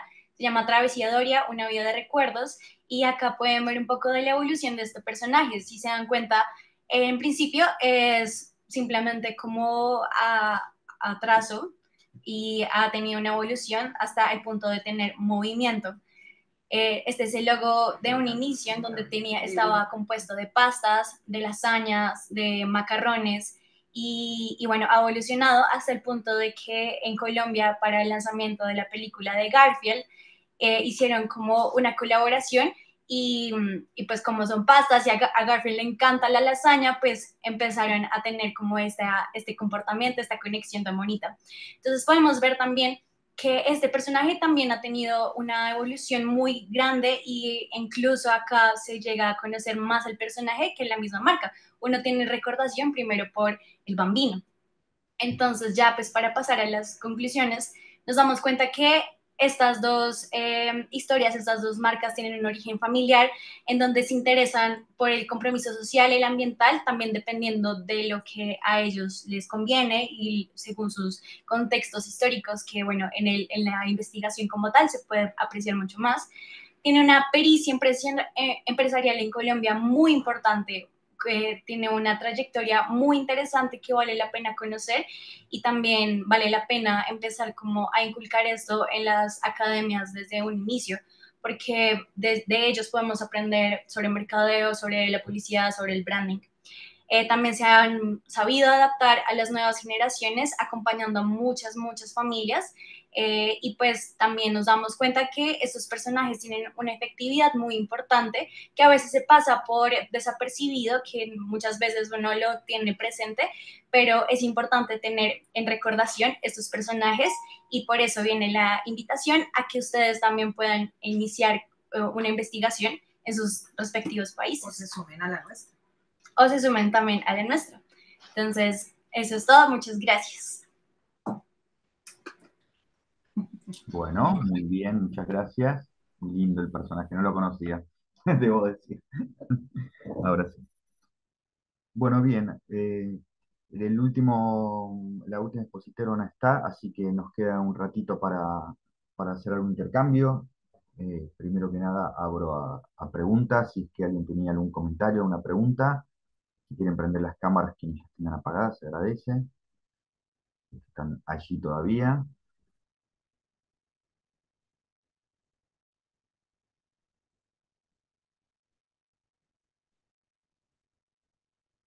Bueno. Bueno, ¿alguna consulta, alguna pregunta primero que nada? Digamos, intercambio entre ustedes antes de... Se agradece. No pueden encender las cámaras. Bueno, capaz que están sin permiso. Yo perdón, pero tuve bastantes problemas justo en las últimas dos temas, así que exposiciones, así que medio que me las perdí. Arranqué con Juliana, bueno, medio como cuando arrancaste en realidad, así que creo que me perdí la de Diego. Perdón, Diego. Eh, no sé qué pasó. No hay problema. Bueno, en términos generales, según lo que pude ir compartiendo con ustedes, ir apreciando y agradecerles ante todo la participación y siempre que seguramente ya han participado en otras comisiones, en otras oportunidades de este congreso y si no, espero que lo sigan haciendo y sigan compartiéndonos sus experiencias locales, regionales, porque es fundamental para estar en contacto, ¿no? Para este intercambio me parece que enriquece mucho a nuestra periferia, a nuestra querida periferia, con todas sus justamente variaciones tan ricas. Yo siempre digo que ya de por sí Argentina, no sé si quienes no son de Argentina han venido o han conocido, pero ya de por sí Argentina, bueno, todo, en realidad todos los países latinoamericanos tienen una fuerte ya variación y diversidad al interior de cada uno de los países, ¿no? Más allá de los tamaños de cada país, ¿no? Referencio más al mío, que es el que más conozco, eh, pero sí eso se nota mucho, ¿no? Sobre todo si partimos desde lo que son los pueblos originarios para acá, hay mucha diversidad, ¿sí? Lamentablemente mucha fue ocultada, sesgada, lamentablemente, pero afortunadamente, por otro lado, muchos de ustedes y muchas personas están reivindicando esas culturas y tomando lo positivo de ello, ¿no? Que claramente nos han enseñado, nos han dejado tanto para aprender, me parece.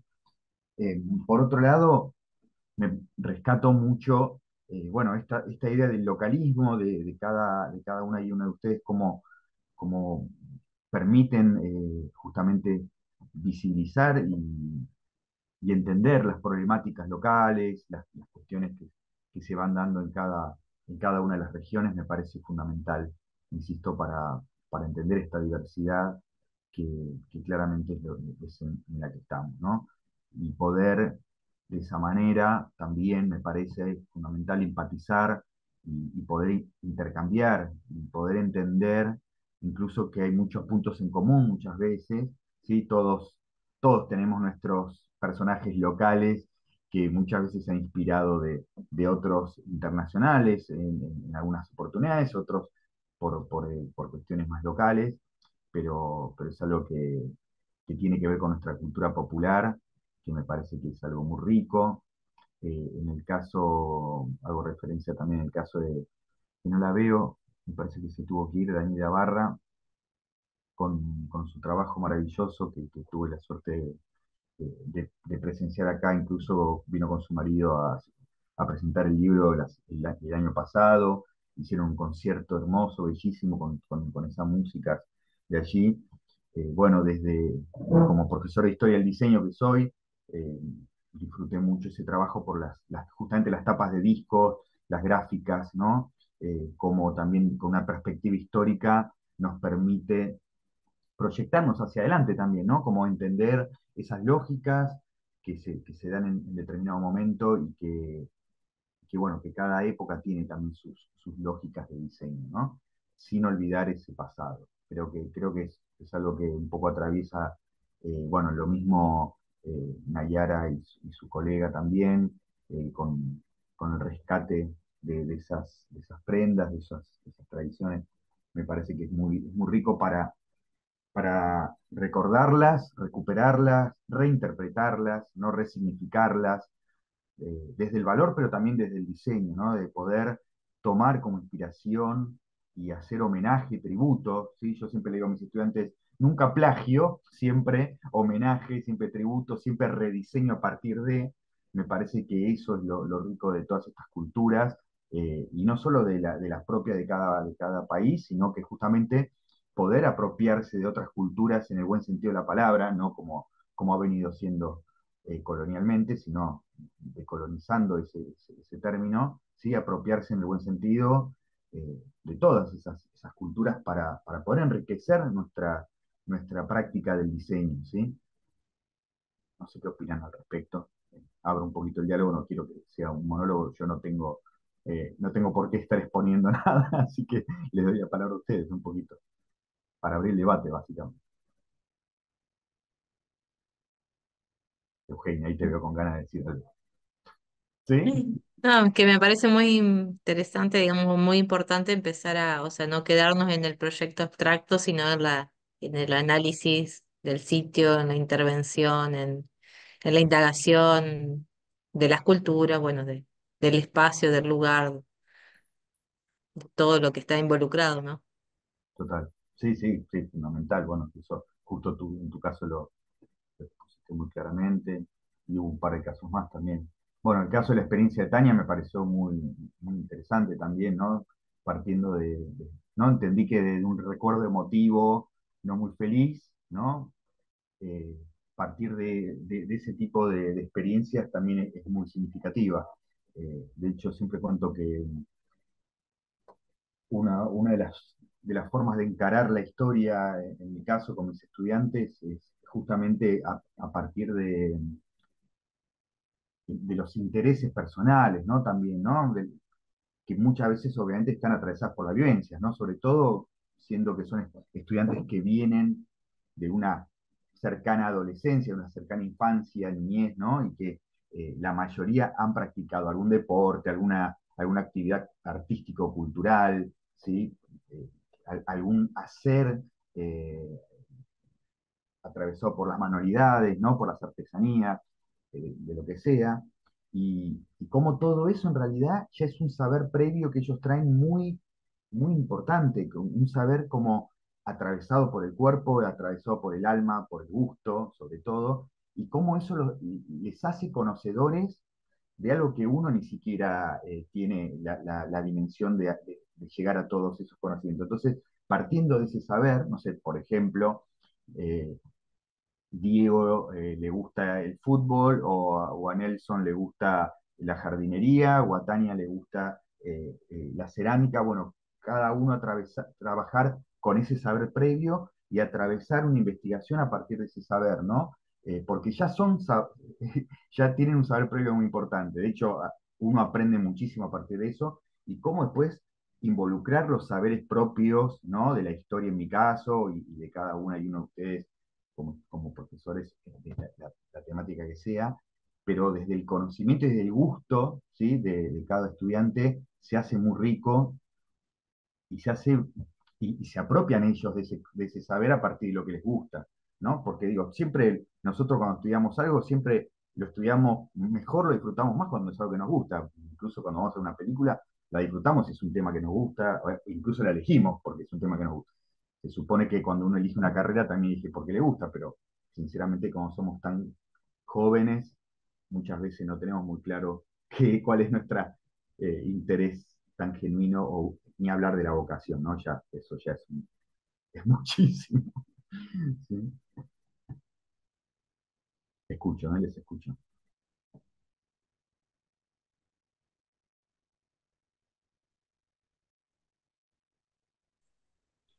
Bueno, yo voy a decir una bobada. Dale.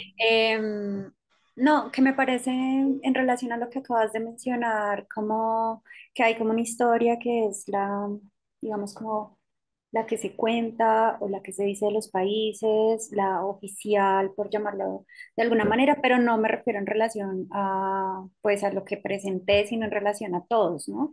Entonces, como que lo que me parece valioso de todos los trabajos es precisamente como ir tejiendo a partir de lo singular, a partir de esas experiencias propias, qué sé yo, de algo tan aparentemente tan olvidado como puede ser una carátula de un disco, que a nadie puede que le interese, que ya haya desaparecido de ese, de la mirada, digamos, del oficial, pero que de repente por alguna razón a uno le llama la atención sin saber por qué. Y es como que cada persona dotara de sentido esas cosas que aparecen, que están al margen, ¿no? Entonces, como la importancia, pues, de lo marginal eh, y singular en los procesos de diseño, que no es como el diseño muchas veces se encapsula en ciertas cosas, pero realmente está, pues hay un gran abanico de temáticas que están a los lados, digamos, o que se vuelven importantes porque son profundamente importantes para una persona, ¿no? Entonces eso hace Total. que vuelvan y que se vuelvan, se magnifiquen, por llamarlo de alguna manera, pero que se vuelvan, digamos, profundas y que se vuelvan todo un tema de investigación y como volver a, como tú mencionas, como volver a escribir esas historias desde las miradas propias, me parece que es muy, muy valioso. Total, y además, fíjense cómo en realidad eh, muchas veces partimos de singularidades, pero esas singularidades después cuando las empezamos a compartir, ¿no? A visibilizar, a hacer formalmente, eh, exponerlas formalmente en un espacio como este, empezamos a darnos cuenta, y es una obviedad casi lo que voy a decir, pero nos empezamos a ver que esas singularidades, no estamos solos en esas singularidades, ¿sí? Como que hay un montón de gente que le gusta o que le interesa un personaje, que le interesa una vestimenta, que le interesa una cultura determinada o un determinado momento de la cultura de determinado país o una determinada época musical o artística o lo que fuera, porque claramente eso es parte de nuestra cultura y quizás no es algo masivo, pero eso no quiere decir que sea individualista, al contrario, hay mucha gente que es cultora de la música de los 60 de Ecuador, como cultora de la música de los 60 de acá, de Latinoamérica. De hecho, de Latinoamérica fue extremadamente rica culturalmente, musicalmente hablando, ¿no? Eh, Seguramente todas y todos, lo digo porque soy fana, confeso, no hace tanto, pero sí, Leonardo Fabio, capaz que lo conozcan porque es un cantante, allá veo que José y se miran, ¿no? Claro. Bueno, artistas que recorrieron toda Latinoamérica, ¿sí? Que han quedado en el corazón de mucha gente y que, bueno, capaz que la gente más joven, ¿no? Sí, tengo un hijo de 18 años, capaz que no lo conoce directamente, pero es también nuestra responsabilidad y así nos ha pasado como hijos de que nos han transmitido cosas, ¿no? Y ese conocimiento se transmite en los congresos, se transmite de generación en generación y se transmite y lo transmitimos permanentemente desde nuestra trinchera que es el aula, ¿sí? Ahí es ese espacio donde podemos hablar de todo siempre y cuando esté en las temáticas que estamos hablando. Digo, si yo doy historia, perfectamente puedo recomendar una película o un disco o un concierto o un cuadro, una escultura, ¿sí? Culturalmente entra en ese paraguas. Y cuando hablamos de diseño, también nos pasa lo mismo. ¿Sí? Si hablamos de una tipografía, esa tipografía puede estar implantada en tan diversos espacios, desde una señalética, desde una marca ciudad, como mostró Eugenia en su presentación, que estaba por allí, la comuna creo que era, ¿no? Santa Rosa, ¿está bien lo que digo? Sí. Sí, Y sí. así sucesivamente, y lo vemos en una marca de un producto, de un textil o lo que fuere, ¿sí? Entonces, si entendemos como decía Juliana, habló de fragmentación, esa fragmentación es medio una trampa, porque en realidad, sí, es que el mundo siempre fue fragmentado en realidad, solamente que hubo ¿no? Como hay como un discurso hegemónico que nos ha llevado por una falsa, digamos, homogeneidad, pero en realidad, cuando empezamos a verlo de cerca, vemos que es todo lo contrario. Hay una charla muy linda que les recomiendo, no sé si la vieron, probablemente ya no es tan nueva, de un diseñador como ya icónico, clásico del Star System, que es Flip Stark, en una charla TED, donde él habla de la historia, ¿no? Como que uno cuando la ve de lejos ve una perfecta línea de tiempo, ¿no? Cuando armamos una línea de tiempo de lo que sea, ¿no? De cualquier cosa que estemos investigando o armando, ¿no? Armamos una línea de tiempo perfectita, pero cuando uno se acerca a esa línea de tiempo, empieza a ver esas irregularidades, ¿no? Que hay guerras, que hay cambios culturales, que hay eh, innovaciones, etcétera, ¿no? Y toda la vida fue así en realidad, toda la vida. Entonces es muy rico cuando uno se mete en esos huecos, en esos espacios que por ahí fueron invisibilizados, que por suerte ahora demos gracias a las diversidades que nos están permitiendo mirar, ¿no? Esas diversidades en términos culturales, pero también de género, de las mujeres en el diseño, en los diseños, ¿no? Como la visibilización de tantas cosas que han sido ocultadas por intereses, ¿no? Por temas de poder, básicamente, ¿no? Y bueno, al final, a la larga, eh, siempre ahí hay gente que está metiendo el dedo en la llaga y que está presionando para que eso se abra y se visibilice y se rompa. Y bueno, con el paso del tiempo las cosas se van dando. A veces tardan más, a veces tardan menos, pero están ahí dando vueltas. Y lo importante es eso, es abrirlo y abrirnos a eso, me parece. Bueno, ¿qué más? ¿Qué más tienen para sumar? Perdón, yo me apasiono cuando me pongo a hablar de estas cosas. Me parece importante, es muy lindo estos espacios justamente porque de repente estamos acá reunidos 5, 6, 7 países, a veces más o menos, y no pasa, obviamente no nos pasa permanentemente, estamos siempre en nuestra pequeña aldea, pero bueno, la aldea por suerte es mucho más grande y eso es hermoso. Y bueno, no sé si alguien quiere sumar algo más de todo esto.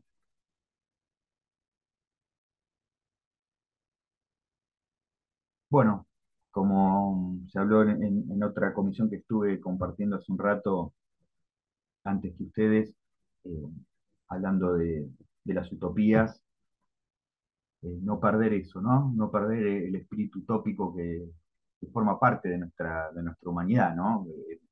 El ser humano eh, es un ser utópico, por eso seguimos subsistiendo, y me parece que ese camino hay que mantenerlo firme. Y la utopía, como decía Galeano, que estaba citando a Bierri, en realidad decía que es, siempre es un paso más adelante, ¿no? Como que nos queda un paso allá, hay un paso más, un paso más. Bueno, la idea de ese paso que falta es seguir andando y en esa estamos, me parece. Y bueno, les agradezco mucho que sigan andando y que sigan animándose a participar y a compartir y a visibilizar las cosas que están haciendo cada una y uno en sus trincheras, porque es la que va, sobre todo en estos tiempos hostiles y tan de que pareciera que nos quieren silenciar tantas cosas y que claramente no lo están logrando, por suerte, afortunadamente. Así que bueno, por mi parte, nada más que eso. Muchas gracias. Nos vemos pronto. Gracias. Muchas Adiós. gracias. Chao, Hasta gracias a la luego. coordinación Gracias. también por ahí, las chicas. Gracias. No, gracias. Gracias a Alejandra. todos. Obrigada. Vemos. Bye bye. Chao, Tania. Chao, Nadia. Chao allá, el grupo. Con Clint ahí en la espalda. Bien, gracias a Alejo y Chao, saludo a todos. Patricia, gracias. Igualmente.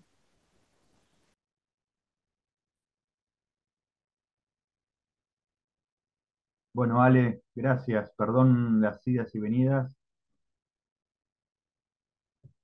No sé si estás por allí. Y bueno, gracias también. Flor, ¿estás en la moderación? Muchas ¿Sí? gracias a todos. Hasta luego. Chao, chao.